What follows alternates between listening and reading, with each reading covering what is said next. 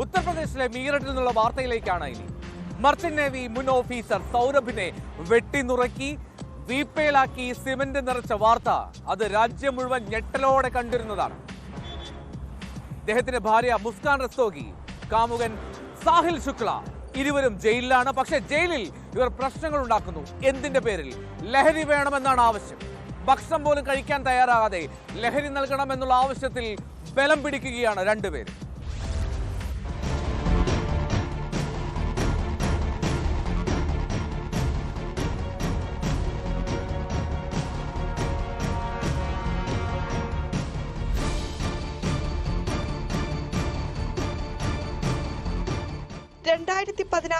Merchant navy ഉദ്യോഗസ്ഥൻ സൗരഭ് രഞ്ജിത്തും മുസ്കാൻ റസ്തോഗിയും പ്രണയിച്ച് വിവാഹിതരായത്. ഭാര്യയോടൊപ്പം കൂടുതൽ സമയം ചെലവഴിക്കാനായി സൗരഭ് മർച്ചന്റ് നേവിയിലെ ജോലി ഉപേക്ഷിച്ചു. പ്രണയ വിവാഹവും ജോലി ഉപേക്ഷിച്ചതും സൗരഭിന്റെ കുടുംബത്തിന് ഇഷ്ടപ്പെട്ടില്ല. ഇത് തർക്കങ്ങൾക്ക് കാരണമായതോടെ ഇരുവരും വാടക വീട്ടിലേക്ക് താമസം മാറി. 2019 ഇവർക്ക് ഒരു മകളും ജനിച്ചു. എന്നാൽ മുസ്കാൻ സുഹൃത്തായ സാഹിലുമായി പ്രണയത്തിലാണെന്ന് സൗരഭ് പിന്നീട് മനസ്സിലാക്കി. വിവാഹമോചനത്തെക്കുറിച്ച് ആലോചിച്ചെങ്കിലും മകളുടെ ഭാവി ഓർത്ത് തീരുമാനത്തിൽ നിന്ന് പിന്മാറിയ സൗരഭ് വീണ്ടും മർച്ചന്റ് നേവിയിൽ ചേരാൻ തീരുമാനിക്കുകയും 2023 ജോലിക്കായി രാജ്യം വിടുകയും ചെയ്തു. കഴിഞ്ഞ ഫെബ്രുവരി 28 മകളുടെ ജന്മദിനം ആഘോഷിക്കാനായാണ് സൗരഭ് പിന്നീട് വീട്ടിലെത്തിയത്. ഈ സമയം മുസ്കാനും സാഹിലും സൗരഭിനെ കൊല്ലാൻ പദ്ധതിയിട്ടിരുന്നു.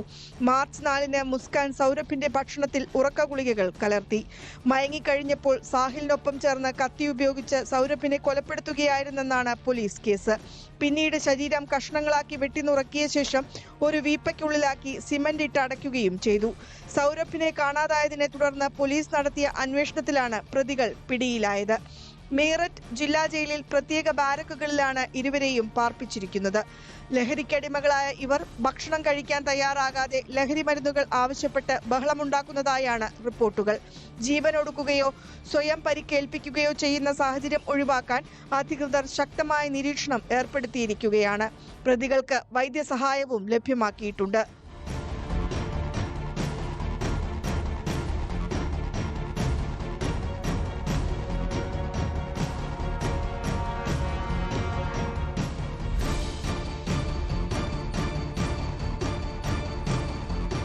News desk, news 18.